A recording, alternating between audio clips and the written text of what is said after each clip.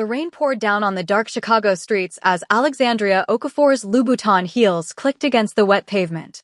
She'd just left another exhausting board meeting, her third this week, when she saw him, a man in tattered clothes kneeling beside a shivering child, wrapping the little girl in his only jacket despite the freezing November wind cutting through his thin shirt.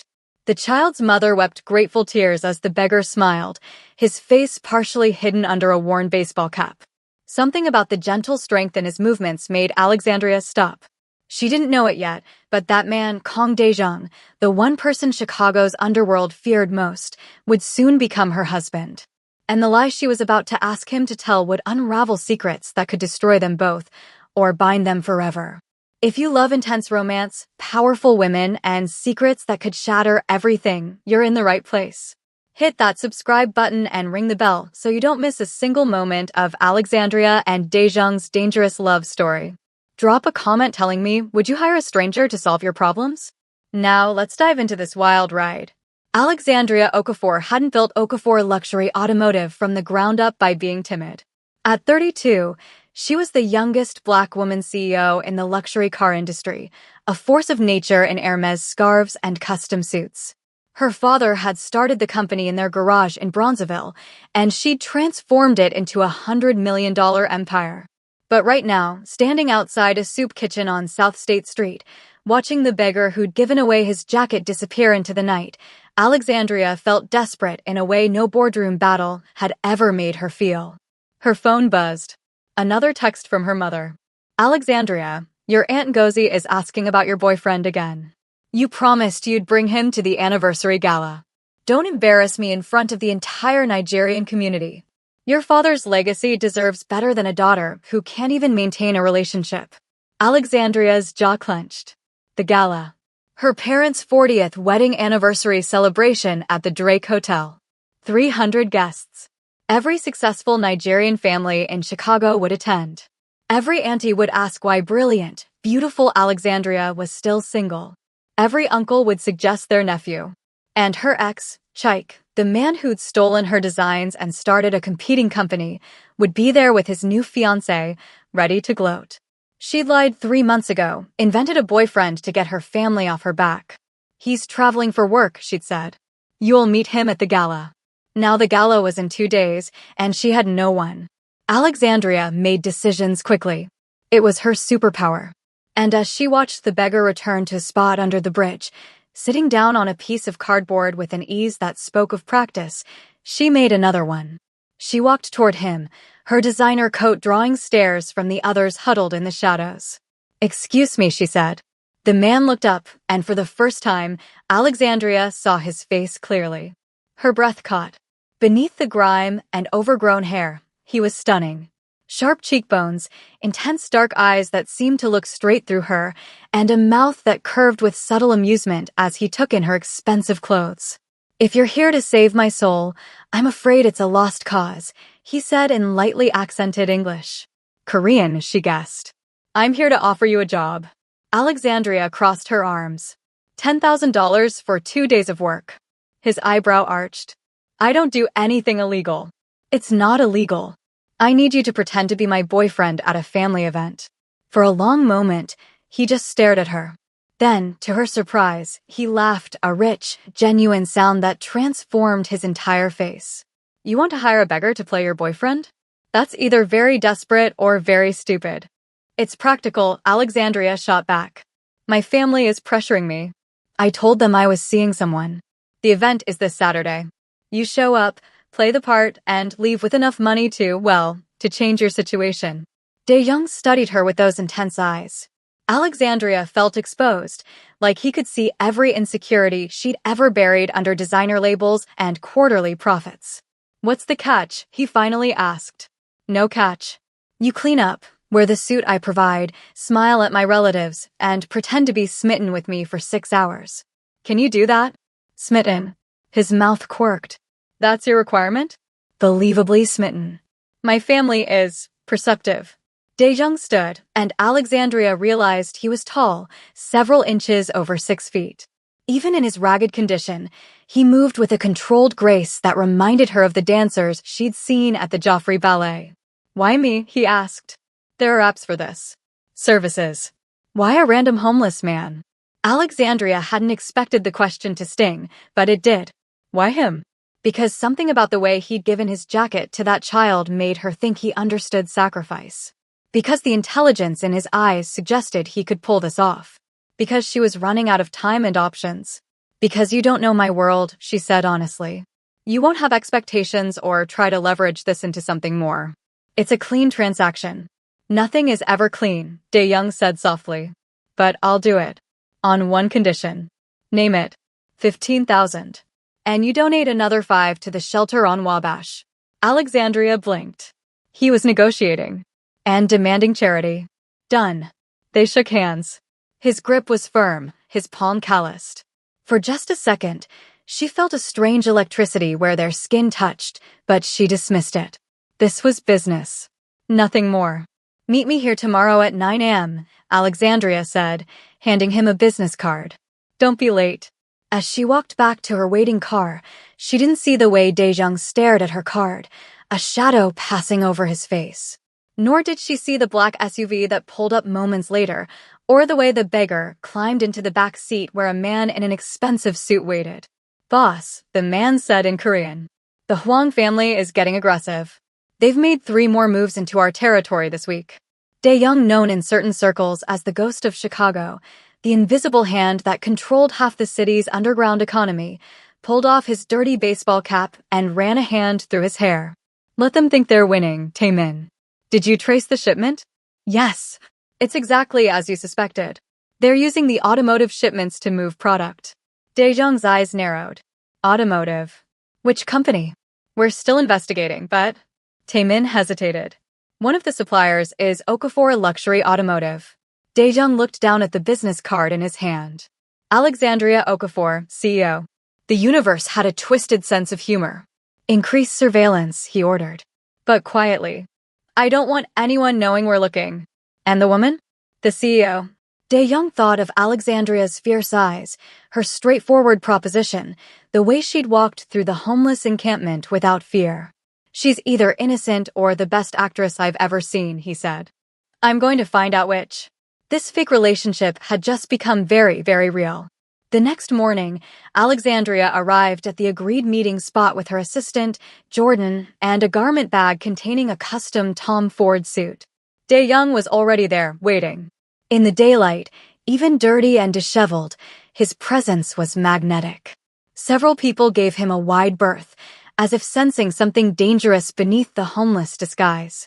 You came, Alexandria said, surprised by her own relief. I gave my word. His voice was quiet, but absolute. Jordan handed him the garment bag and a hotel key card. There's a room at the peninsula. Shower, change, and meet us in the lobby in 2 hours. Can you manage that?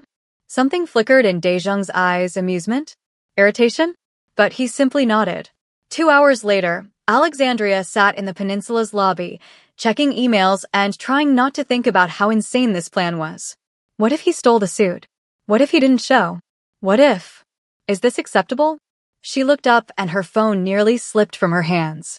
The man standing before her bore little resemblance to the beggar from the bridge. Dae-young had scrubbed clean, his black hair styled back to reveal a face that belonged on magazine covers. The Tom Ford suit fit him perfectly. She'd guessed his measurements right, and he wore it with the ease of someone accustomed to luxury. But it was his eyes that held her. Clear, intense, and fixed on her with an attention that made her skin warm. You clean up well, she managed. So do you. She was wearing her usual work attire, a burgundy pencil skirt and cream silk blouse, but the way he said it made her feel underdressed and overdressed simultaneously. We need to get our story straight, Alexandria said, gesturing to the chairs. Professional. Keep this professional. My family will ask questions. We need to be consistent. For the next hour, they crafted their fictional romance. They'd met at a coffee shop in Wicker Park. She paused. What career would explain his current situation? Tell them I'm between ventures, Dae-young suggested. That I'm an investor who liquidated my holdings to pursue a new opportunity. That's oddly specific. He shrugged. It's believable. And close enough to the truth that I won't forget it. Alexandria wondered what truth he meant but didn't push. They'll want to know about your family. Tell them I'm estranged from my family in Seoul. That I came to America to build something of my own. Again, his voice carried an edge of something real. Okay. And we've been dating for 3 months. Long enough to be serious, short enough to explain why they haven't met me. They continued building the story, and Alexandria found herself surprised by how quick he was, how easily he understood what details would satisfy her family's curiosity. He asked questions about her business, her parents, her life, and listened with complete focus. You're good at this, she said finally. At lying. At reading people. Daejung's smile was sad. It's a survival skill. That evening, Alexandria took him shopping on Michigan Avenue. He needed shoes, accessories, a coat. As they moved through Nordstrom, she noticed how salespeople responded to him, with respect, almost deference, despite knowing nothing about him. He carried himself like royalty. You've done this before, she observed as he selected a watch with practiced ease. Done what? Moved in wealthy circles. He met her eyes in the mirror. I told you. I'm between ventures. I wasn't always. He gestured vaguely. Homeless. Simplified. Alexandria wanted to ask more, but her phone rang. Her mother. She answered with practiced cheerfulness. Mom? Yes, everything's fine. Actually, Daeyoung just got back into town. You'll meet him Saturday. She listened for a moment, then her expression tightened. Yes, I know Chaik will be there with Kemi. No, I don't care. I've moved on. When she hung up, Daejeong was watching her with those too perceptive eyes. The ex, he asked. How did you? Your voice changed. And you said you'd moved on with a little too much emphasis. Alexandria sighed, surprised by her own urge to confide in this stranger. Chaik and I dated for 3 years. I thought we'd get married. Then I discovered he'd been stealing my designs, feeding them to a competitor. By the time I found out, he'd already left me for Kemi, the daughter of my biggest investor. He sounds stupid. Excuse me? Stealing from you, leaving you, stupid. A smart man would have stayed and built an empire with you instead. The compliment, delivered so matter-of-factly, warmed something in Alexandria's chest that had been cold for a long time. Well, she said lightly, I built the empire anyway. Just without him. I don't doubt it. They finished shopping as the sun set, painting Chicago's skyline in golds and pinks. As they walked back to where her driver waited, Daeyoung suddenly stopped. What is it? Alexandria asked. He was staring across the street at a sleek black sedan with tinted windows. For just a moment, his entire demeanor shifted, became harder, dangerous. Then he blinked and the beggar-turned-gentleman was back. Nothing, he said. Thought I saw someone I knew. But Alexandria noticed he positioned himself between her and the street as they walked, one hand hovering near her elbow in an almost protective gesture. Who are you really? She wondered. But she didn't ask. Couldn't ask. Because in 2 days, this would all be over, and he'd disappear back into his life while she returned to hers. It was better not to know. She had no idea how wrong she was. The Drake Hotel's grand ballroom glittered with crystal chandeliers and elegant ice sculptures. Alexandria's parents had spared no expense for their anniversary celebration. 300 guests mingled beneath gold and ivory decorations, a sea of expensive gowns and tailored suits. Alexandria stood in the hotel corridor, smoothing down her emerald green gown, a custom Prada that hugged her curves and made her dark skin glow. Beside her, Daeyoung adjusted his cufflinks with steady hands. Ready? She asked. Are you? She looked at him, really looked. In his midnight blue suit, hair perfectly styled, he was devastating. But it was more than his looks. He exuded power, confidence, control. Nothing like the man she'd found under a bridge. Who are you? The question slipped out before she could stop it. Daejeong met her eyes. Tonight, I'm your devoted boyfriend. Isn't that enough? It should have been. But Alexandria's instincts, the same ones that had built her company, screamed that there was so much more to this man. Before she could respond, the doors opened and her mother appeared, resplendent in gold and coral traditional Nigerian attire. Alexandria. Ngozi Okafor swept forward, then stopped short when she saw Daejeong. Her eyes widened, traveling from his face to his clearly expensive suit. And this must be... Mom, this is Kang Daejeong. Daejeong, my mother, Ngozi Okafor. Dae-jung bowed slightly, a gesture of respect that was neither too much nor too little. Mrs. Okafor, it's an honor. Alexandria speaks of you constantly. Does she? Gozi's shrewd eyes assessed him. And what is it you do, Mr. Kong? I'm an investor. Currently restructuring my portfolio for a new venture. How vague. But she smiled. Well, you're very handsome. Come, let me introduce you to everyone. As her mother led them into the ballroom, Alexandria whispered, "She likes you." That was easy. The mother was never going to be the problem, Dae-jung murmured back. It's the aunties who will interrogate me. He was right. Within 15 minutes, they were surrounded by a circle of Nigerian women in spectacular geli headwraps and asoebi, all firing questions at Dae-jung with the precision of FBI agents. So you're Korean? How did you meet our Alexandria? Coffee shop in Wicker Park.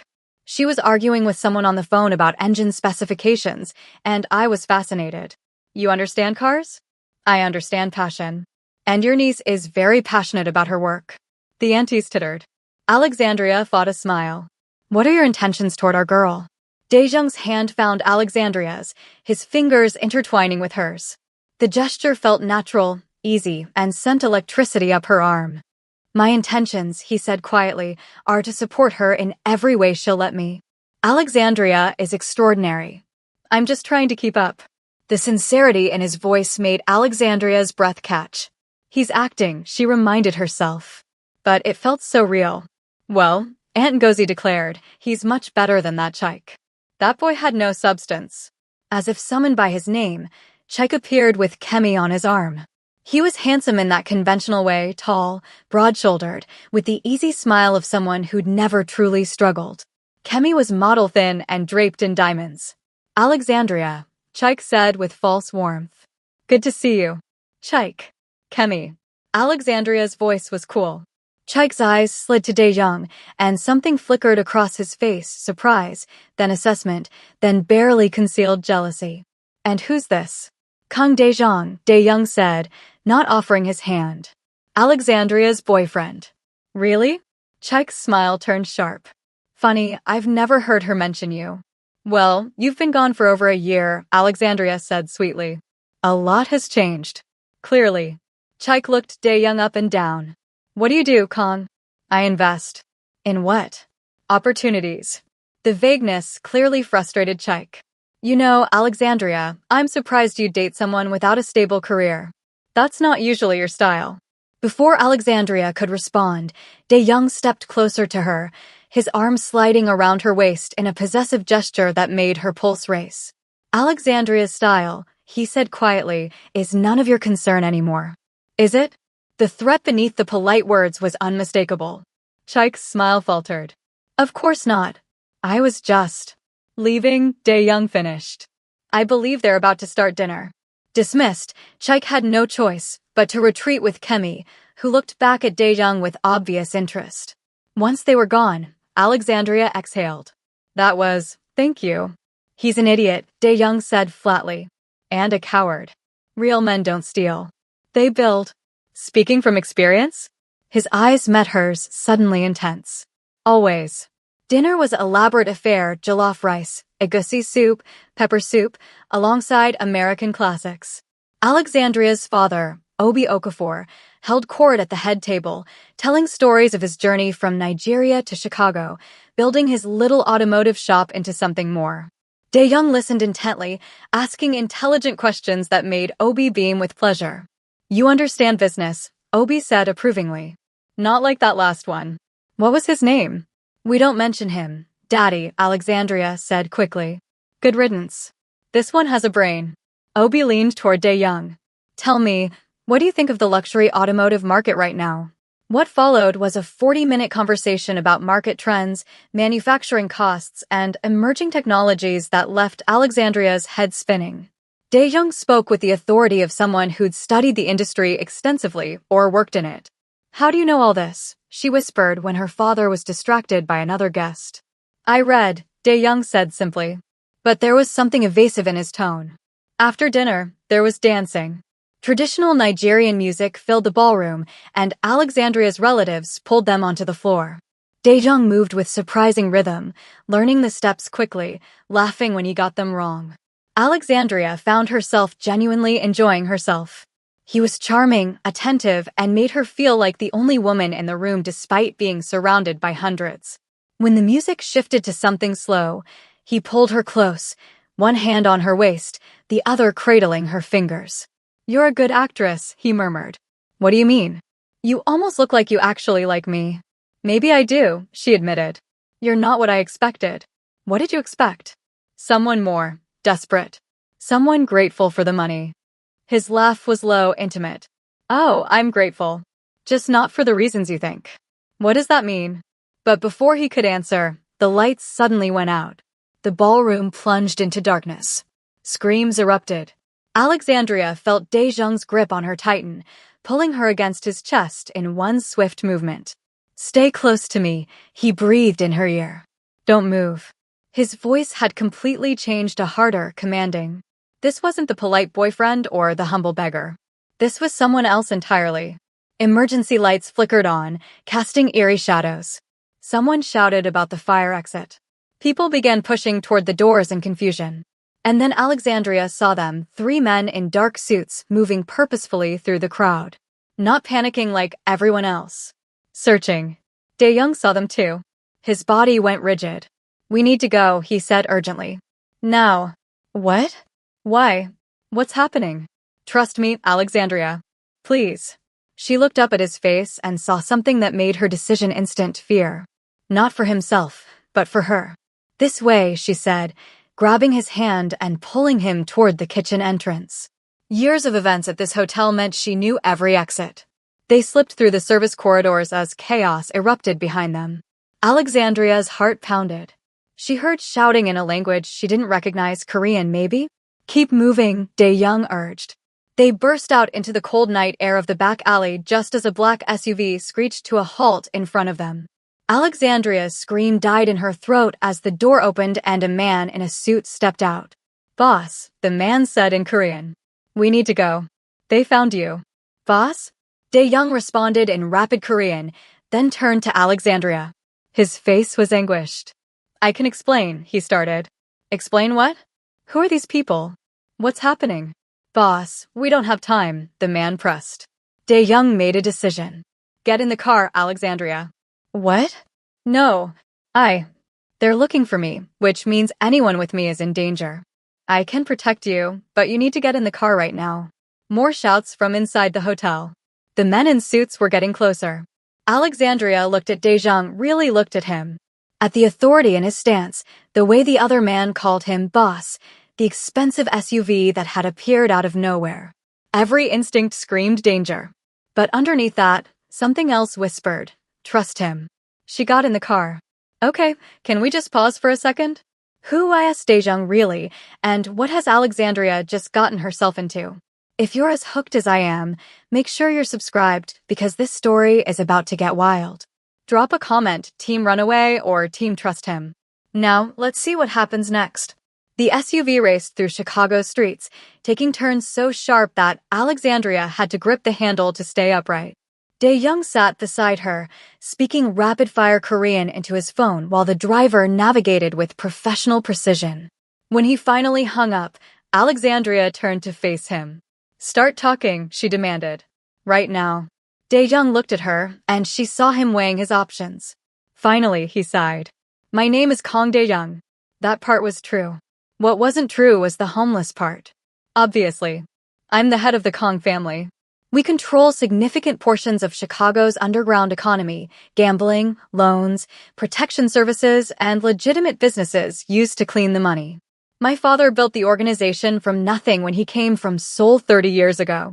When he died 5 years ago, I took over." Alexandria's world tilted. "You're a criminal." "I'm a businessman who operates in gray areas," he corrected. "There are rules, honor. We don't hurt innocents, don't deal in things that destroy communities. But yes, by the letter of the law, I'm a criminal. And the Beggar Act? I go undercover sometimes. It helps me understand the street, see threats coming, identify who needs help. I was doing reconnaissance on a rival family when you approached me. You've been lying to me this entire time." "No." His voice was firm. "I've been omitting truths. Everything I said tonight was real. Your ex is an idiot. You are extraordinary. And this, he gestured between them, is the most genuine I've been with anyone in years. That's supposed to make this better? It's supposed to explain why I took your offer. I could have said no. I should have. But I wanted to know you, and I told myself it was for business, that I needed to investigate your company because we suspected them of being used in a smuggling operation. But the truth is, Alexandria Okafor, from the moment you walked up to me with that ridiculous proposal, I was fascinated. Alexandria's mind raced. My company. You said smuggling. What are you talking about? Dae-young hesitated, then pulled out a tablet. He brought up photos, shipping manifests, warehouse images, containers marked with her company's logo. Someone is using Okafor Luxury Automotive's supply chain to move illegal goods. High-end pharmaceuticals, weapons components, potentially more. We've been tracking a rival organization, the Huang family, for months, and the trail leads to your shipments. That's impossible. I oversee Alexandria stopped. Wait. 3 months ago, we brought on a new logistics partner. They were recommended by whom? Her stomach dropped. By Chaik. He said it was a peace offering, that his new company used them, and they were excellent. Dae-jung's expression darkened. Your ex is either involved or being used. Either way, you're in danger. And those men at the hotel? Huang family soldiers. They've been trying to identify me for years. I'm careful I change appearances, I stay anonymous. But someone must have leaked my location. The SUV pulled into an underground garage beneath a gleaming high-rise. They exited and took a private elevator up, the driver and another security guard flanking them. The penthouse they entered was stunning, floor-to-ceiling windows overlooking Lake Michigan, modern furniture in blacks and grays, and subtle Asian artwork on the walls. But Alexandria barely noticed the decor. She was too busy processing the fact that she'd hired a Mafia boss as her fake boyfriend.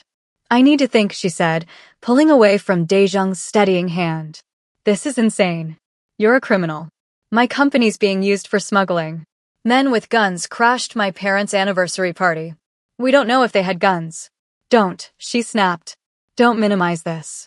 I hired you for a simple job. Now I'm in some kind of mafia safe house because a rival gang is after you. You're right, Dae-young said quietly. You're absolutely right. I should have walked away the moment you approached me. But I didn't, and now you're involved. So here's what's going to happen. You're going to stay here tonight where it's safe. Tomorrow, my people will escort you home, and we'll quietly clean up the smuggling operation using your company. You'll never see me again. This will all be a strange story you tell yourself. Just like that. Just like that. Alexandria stared at him. At this man who'd been 3 different people in as many days. Who looked at her like she was something precious even while admitting he was dangerous. What if I don't want that? She heard herself say. Dae-young froze.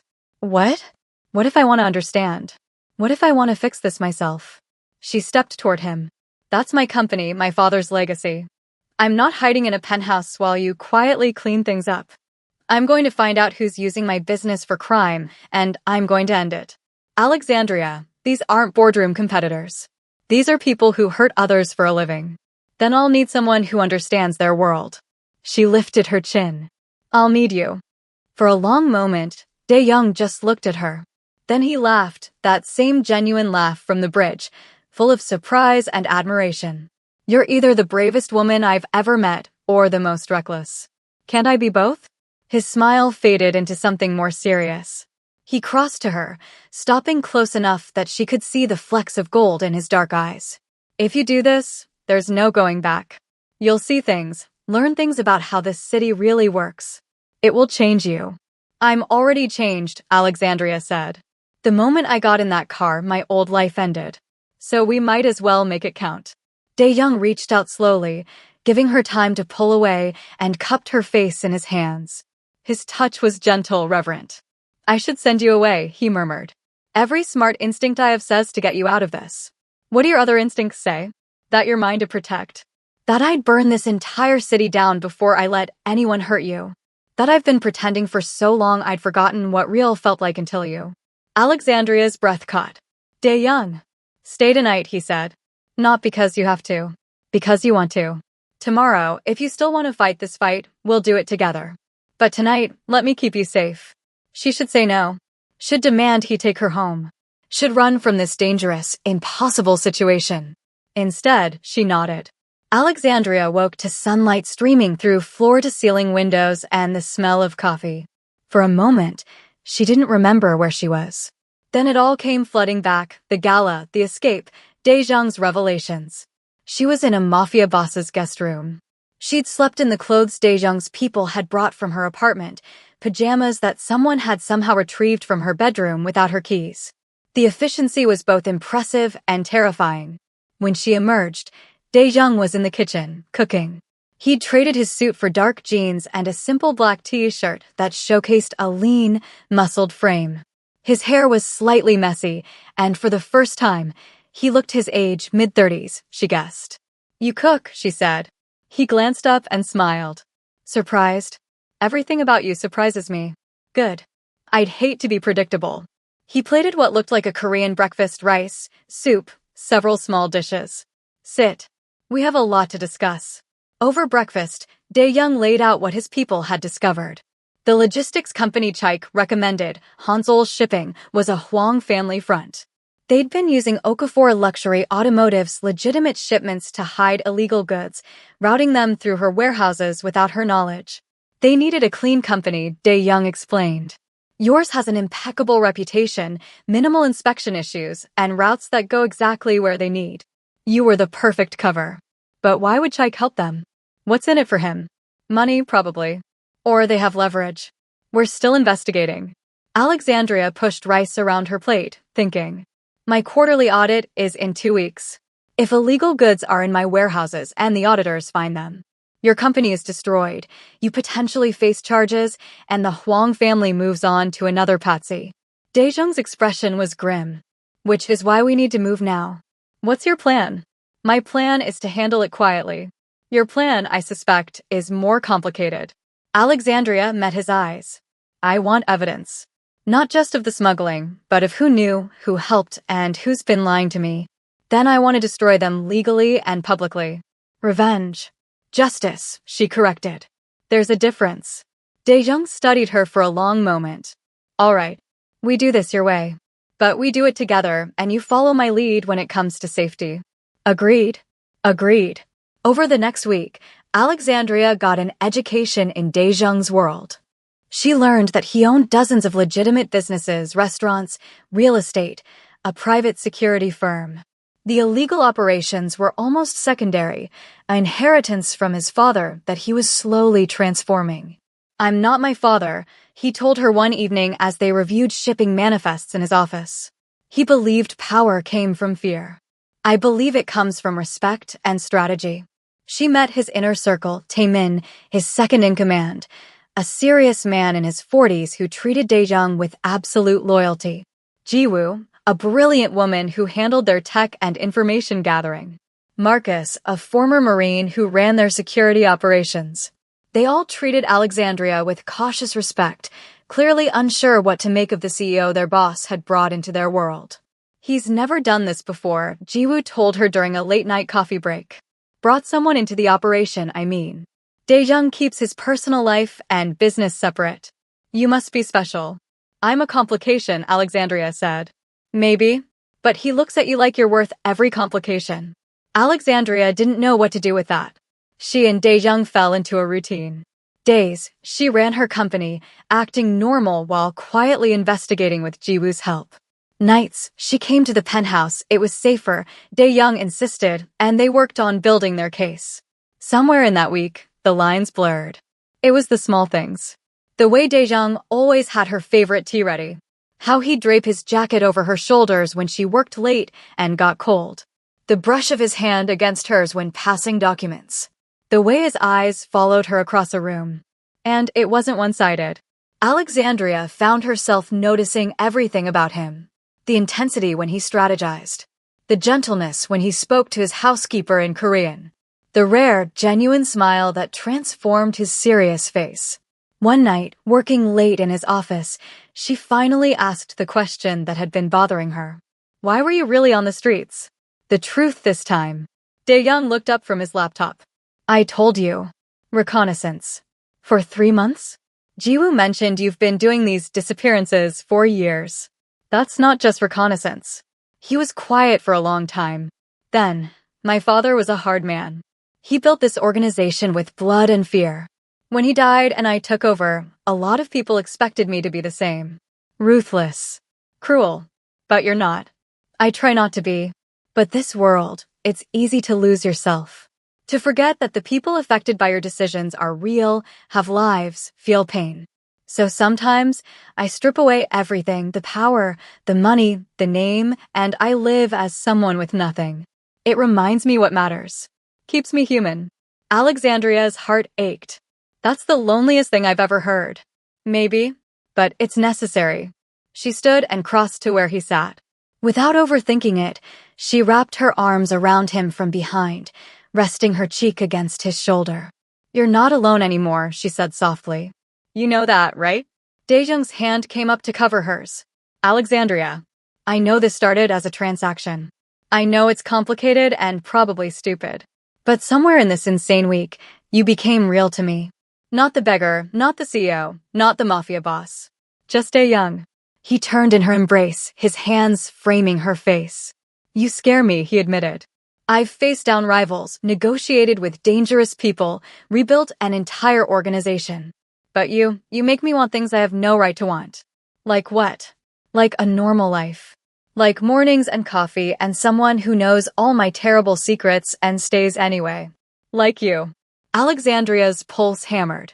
What if I want that too? Then we're both fools. So be it. He kissed her then, and it was nothing like she'd imagined. It was gentle and fierce, tender and desperate. His hands tangled in her hair while hers gripped his shirt, pulling him closer. When they finally broke apart, both breathing hard, Daejeong rested his forehead against hers. This is dangerous, he murmured. Everything about you is dangerous. I'm serious, Alexandria. If we do this, really do this, you become a target. Everyone who wants to hurt me will see you as a weakness. Then we make sure they fail. She pulled back to look him in the eyes. I'm not some delicate flower, Daejeong. I built a company in an industry that didn't want me. I survived betrayal and sabotage. I can handle whatever comes. His smile was proud and sad at once. I know you can. That's what terrifies me. 3 days later, they had everything they needed. Jiwoo had traced the money trail from Hansol's shipping directly to accounts controlled by Chaik's new company. More damning, they'd found communications showing he'd actively helped the Huang family identify which of Alexandria's shipments to use. He sold you out for $2 million, Daejeong said, disgusted. Not even a lot of money in the grand scheme of things. Alexandria stared at the evidence on the screen. She'd loved Chaik once, or thought she had.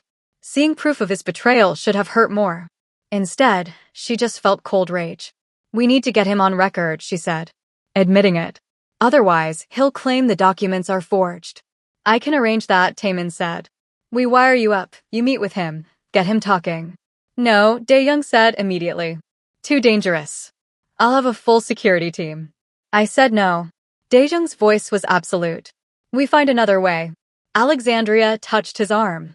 Daejeong, this is the cleanest path. I can do this. You're asking me to send you into a meeting with a man who's working with people who would hurt you without hesitation. I'm telling you I can handle it. You said we're partners in this. That means trusting me. They stared at each other, wills clashing. Finally, Daejeong looked away. Fine. But we do it my way. Full security, multiple exits, and at the first sign of trouble, you run. Agreed. Agreed.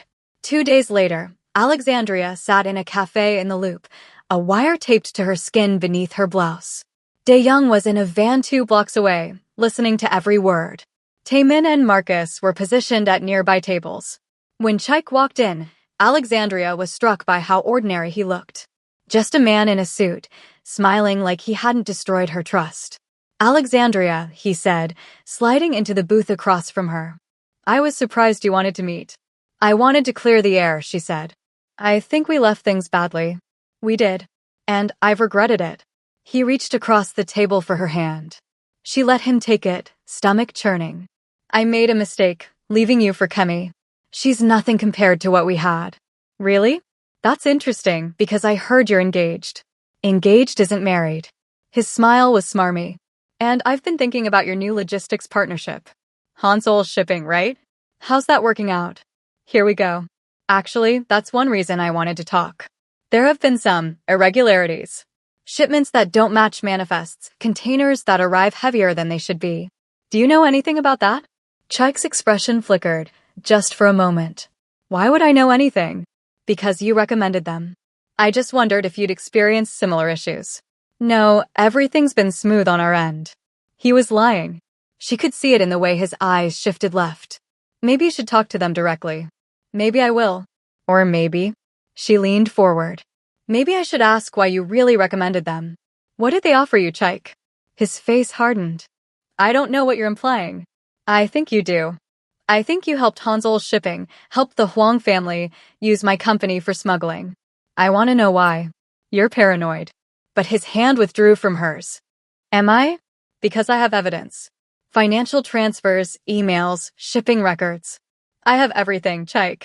So I'm giving you one chance to tell me the truth. Why did you do it? For a long moment, he just stared at her. Then he laughed, but it wasn't a pleasant sound. You always were too smart for your own good. Fine. Yes, I helped them. They approached me after I left, said they needed a clean shipping operation, and offered me money. Easy money. Why shouldn't I take it? Because it's illegal. Because it's my company, my reputation on the line. Your company that you chose over me, Chaik spat. Do you know what it was like, being with you? Everything was always about Okafor Luxury Automotive. Your father's legacy. You never had time for us, for me. So yes, when the opportunity came to make money off your precious company, I took it. So this is my fault? Alexandria's voice was ice. You commit crimes and it's because I worked too hard? You're not a victim here, Alexandria. You're... He stopped. His eyes had drifted past her shoulder, and his face went pale. Alexandria turned. 3 men had entered the cafe. Korean, wearing expensive suits. Even without Daejung's training, she would have recognized the danger in their movements. We need to go, Chaik said suddenly, standing. Right now. What? Why? Because I lied about one thing. The Huang family? They don't just use your company. They're planning to take it. And they sent me here to keep you busy while they made their move. Alexandria's blood froze. What move? Your warehouse. The main one. They're there right now, planting enough illegal product to bury you. You'll be arrested, the company will collapse, and they'll buy it for pennies. I'm sorry, I didn't know they'd. One of the Korean men called out in their language. Chaik's eyes widened. Run, he told Alexandria. If you've ever trusted me, run right now. In her ear, through the wire, she heard Daejung's voice, tight with controlled fury. South exit. Marcus is there. Move. Now. Alexandria ran. She burst through the cafe's back door into an alley where Marcus waited with a car. Behind her, she heard shouting, the crash of tables. Get in, Marcus yelled. She dove into the back seat just as Taemin appeared from the cafe, supporting a bleeding Chaik. He got in the way, Taemin said grimly. Took a hit meant for her. They sped away, tires screeching. Alexandria pressed her hand to Chaik's side where blood seeped through his shirt. Stay with me, she urged. We'll get you to a hospital. Warehouse, Chaik gasped. You have to stop them. If they succeed, we will. Just stay awake. The car raced through Chicago and Alexandria's phone buzzed.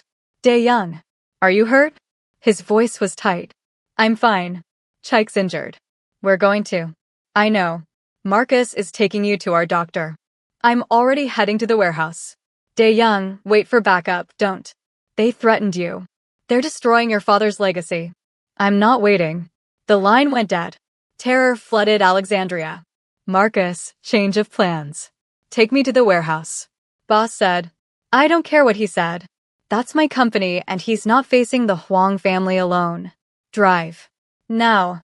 Marcus met her eyes in the rearview mirror and must have seen something that convinced him because he spun the wheel, changing direction. Alexandria held Chaik's hand as they raced toward a confrontation that would either save everything or destroy it all. The warehouse district was dark and industrial, filled with shipping containers and the smell of Lake Michigan.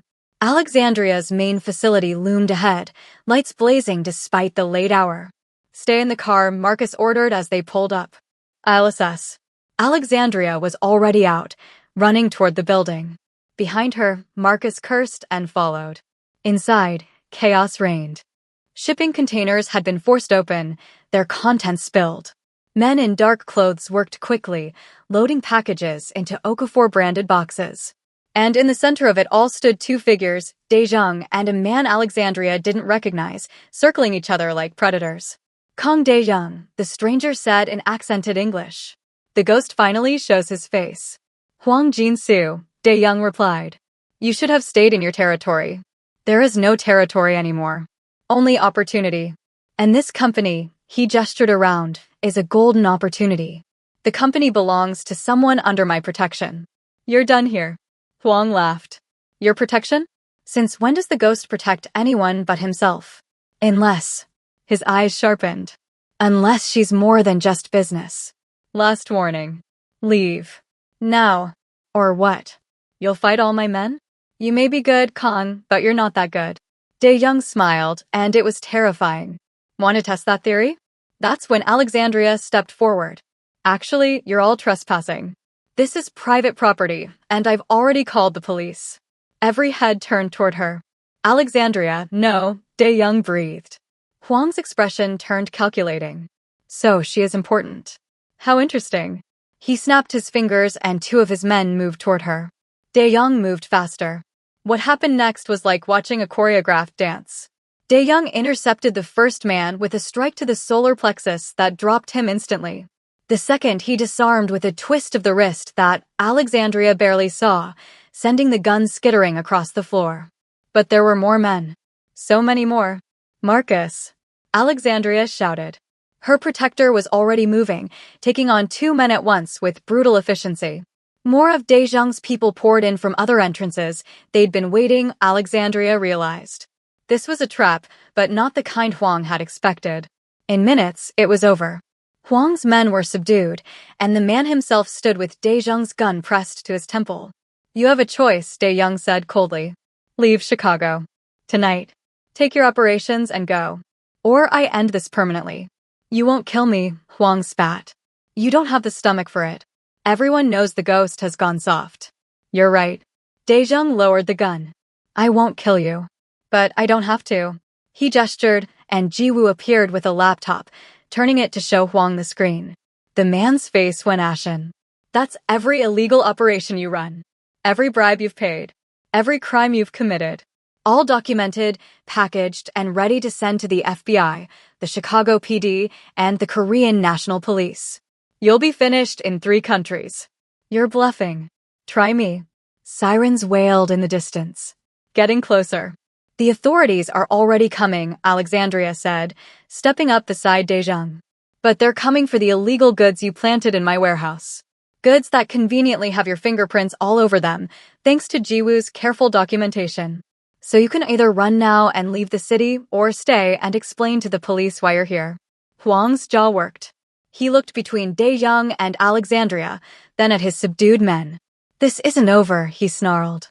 Yes, Daejung said quietly. It is. Because if you ever threaten her again, if you ever even think her name, I won't be civilized. I'll do what my father would have done, and believe me, you don't want that. The threat hung in the air, absolute and terrifying. Huang made his choice. He nodded to his men, and they retreated, disappearing into the night just as the police lights became visible. We need to go too, Taemin said urgently. But Alexandria shook her head. No. I stay. This is my warehouse, my company. I'll talk to the police, show them what was planted, explain that we discovered it during a routine check. You all need to disappear before they start asking questions. Daejung grabbed her hand. Alexandria. I've got this. Trust me. For a long moment, they just looked at each other. Then Daejung pulled her close, kissing her hard and desperate. Be careful, he whispered against her lips. I'll be watching. Then he was gone, melting into the shadows with his people like he'd never been there at all. When the police arrived, they found Alexandria Okafor, CEO, standing in her warehouse surrounded by illegal goods, with a perfectly plausible story about discovering the smuggling operation and immediately calling authorities. She was, after all, very good at her job. The fallout took weeks to settle.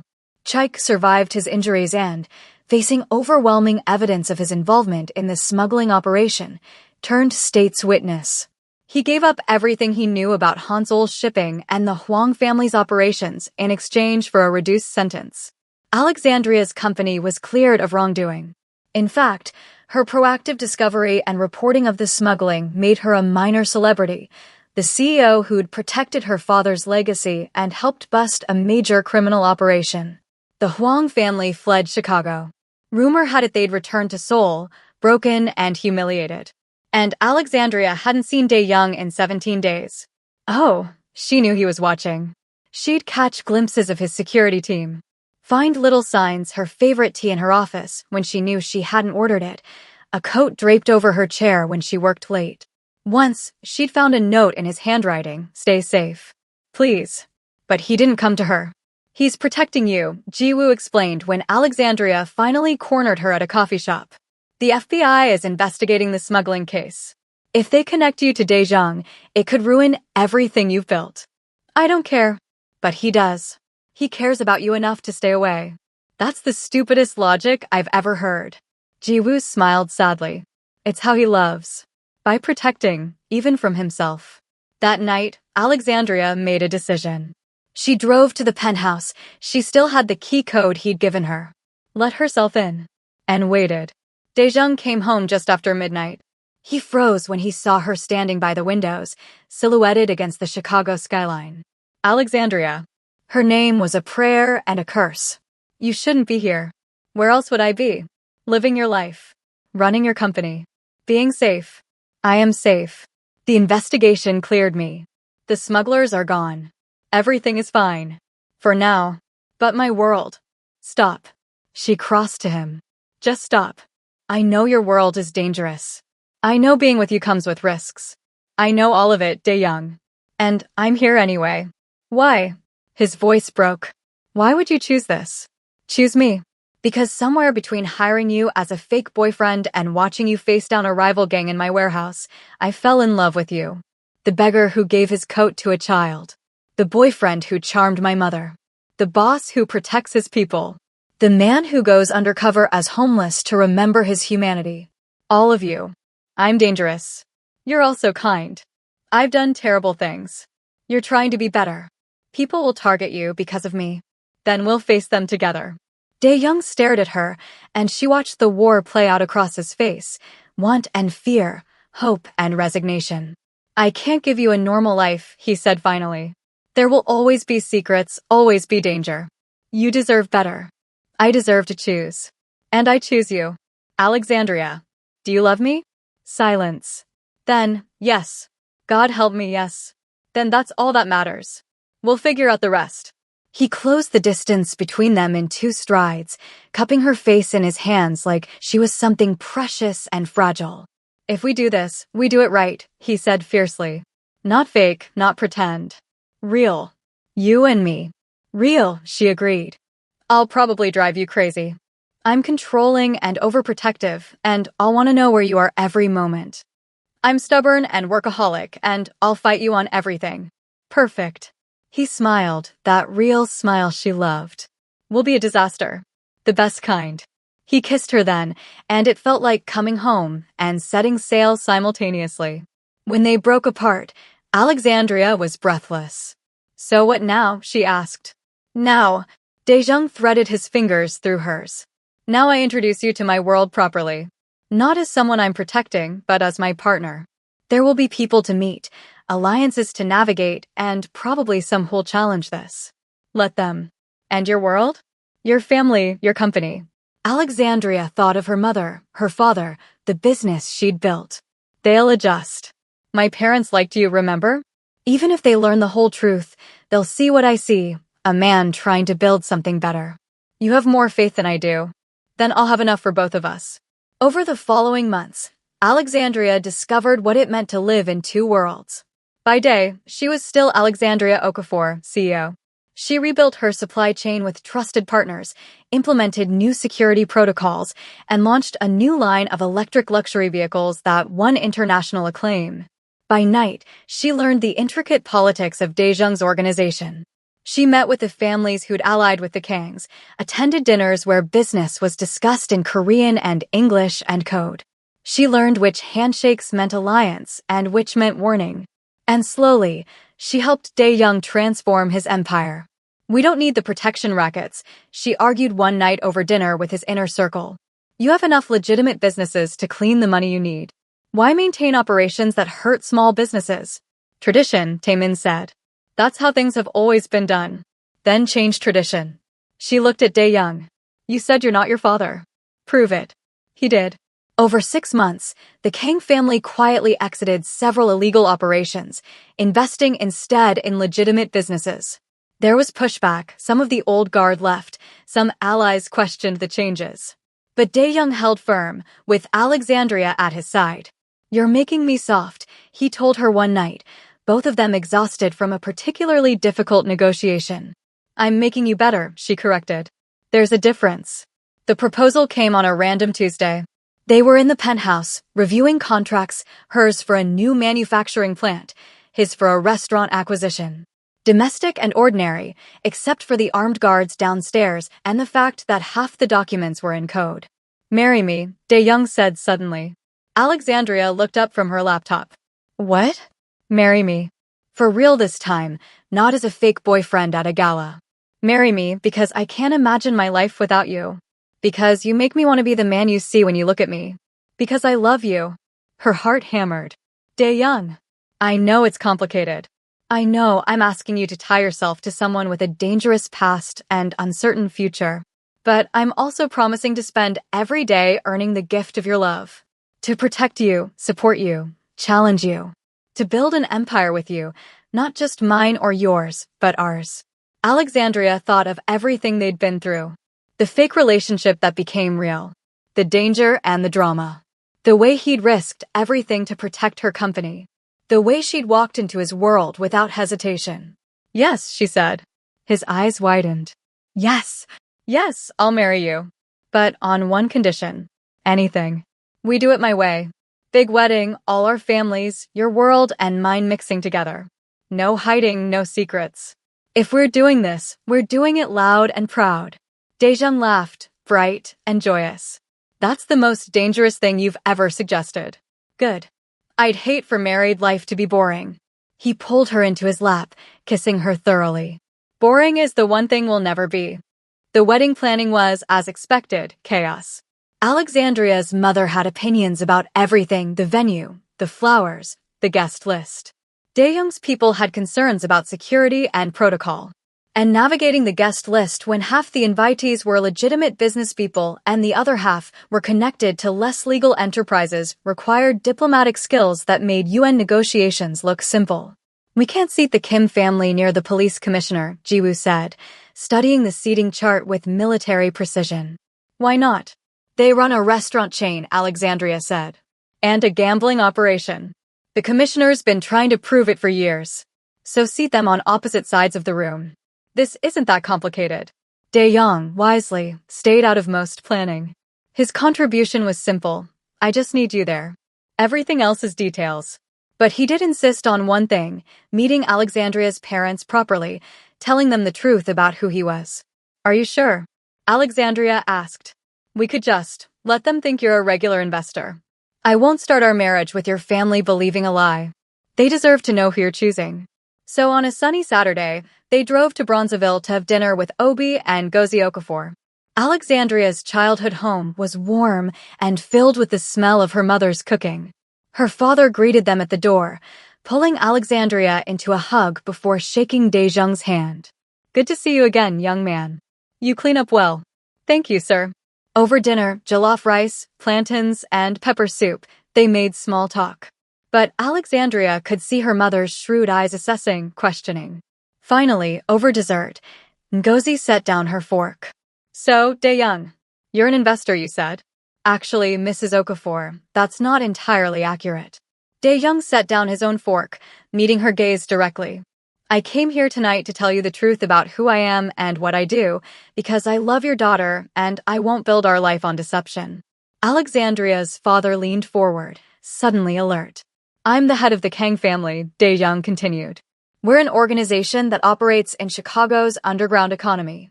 Some of what we do is legal. Some of it isn't. I inherited this position from my father 5 years ago, and I've been working to transform it into something more legitimate ever since. Silence. Alexandria held her breath. You're telling us you're a criminal, Obi said slowly. I'm telling you I've operated outside the law, yes. But I'm also telling you that I'm working to change that and that I would never let any harm come to Alexandria or her company. In fact, I helped her stop a smuggling operation that was using Okafor Luxury Automotive. The operation that Chaik was involved in, Ngozi said. We heard about that. We thought you were just helping, we didn't realize. I was the one who identified it. My people uncovered the evidence. Obi looked at his daughter. You knew about this? About what he is? I know exactly who he is, Daddy. And I love him anyway. Alexandria, this is dangerous. Everything worthwhile is dangerous, she said. Building a company is dangerous. Starting over in a new country is dangerous. You did it anyway. This is my choice, and I'm asking you to respect it. Her parents exchanged a long look, communicating in that wordless way of couples who'd been together for 40 years. Tell me, Ngozi said to Dae-young, when you were pretending to be Alexandria's boyfriend at our anniversary, were your feelings pretend too? No, ma'am. Even then, I knew she was extraordinary. I just didn't think I had the right to pursue her. But you did anyway. She didn't give me much choice. He smiled slightly. Your daughter is persuasive. She gets that from me, Ngozi said. Then, surprising everyone, she laughed. Well, this is certainly more interesting than Chaik ever was. Ngozi. Obi looked scandalized. Oh please, Obi. That boy was boring and a thief. At least this one is honest about his complications. She looked at Dae-jung seriously. But if you hurt my daughter, criminal or not, you'll answer to me. Understood? Yes, ma'am. Though I should warn you, she's far more dangerous than I am. Smart man. The rest of the evening passed in surprising ease. Obi questioned Dae-young extensively about his business plans, his vision for the future, his intentions toward Alexandria. And Dae-jung answered honestly, holding nothing back. As they left, Obi pulled Alexandria aside. Are you sure about this, honey? More sure than I've been about anything except the company. He studied her face, then nodded. Then we'll support you. But Alexandria, be careful. Love is wonderful, but it's not always enough. I know, Daddy. But it's a start. The wedding took place on a perfect June day at the Chicago Botanic Garden. 300 guests, Nigerian families, Korean families, business associates, both legitimate and otherwise, gathered under white tents decorated with orchids and roses. Alexandria wore a custom gown that incorporated both Korean and Nigerian design elements, white silk with intricate embroidery, and a traditional geli head wrap in gold and cream. Dae-jung wore a tuxedo with subtle Korean details in the embroidery, and when Alexandria walked down the aisle on her father's arm, the look on his face made her heart soar. The ceremony blended traditions from both cultures. They bowed to honor Dae-jung's ancestors, and they jumped the broom to honor Alexandria's heritage. They exchanged vows in English and Korean, promises that rang with sincerity. I promise to stand beside you, Alexandria said, in boardrooms and back alleys, in light and shadow. Your world is my world now. I promise to honor you, Dae-young replied, to protect what you've built while helping you build more. Your dreams are my dreams now. When they kissed, the applause was thunderous. At the reception, the two worlds mixed in ways that were both hilarious and heartwarming. Alexandria's aunties interrogated Dae-jung's associates about their intentions and relationship status. Korean elders taught Nigerian uncles drinking games. Children from both families chased each other through the gardens, their laughter universal. During their first dance, Dae-jung pulled Alexandria close. Regrets yet? He murmured. Not even a little. You. Only that I didn't find you sooner. We found each other at exactly the right time. Any sooner and we wouldn't have been ready. Wise words from Mrs. Kong. I'm keeping Okafor professionally, she reminded him. I know. I wouldn't expect anything else. As they swayed to the music, surrounded by everyone they loved, Alexandria felt a peace she hadn't known she was searching for. This was what she'd been missing, not just love, but partnership. Someone who challenged her, protected her, and stood beside her as an equal. What are you thinking? Daejung asked, reading her expression. That this is the most insane, beautiful, complicated thing I've ever done. Marrying me? Choosing you. Choosing us.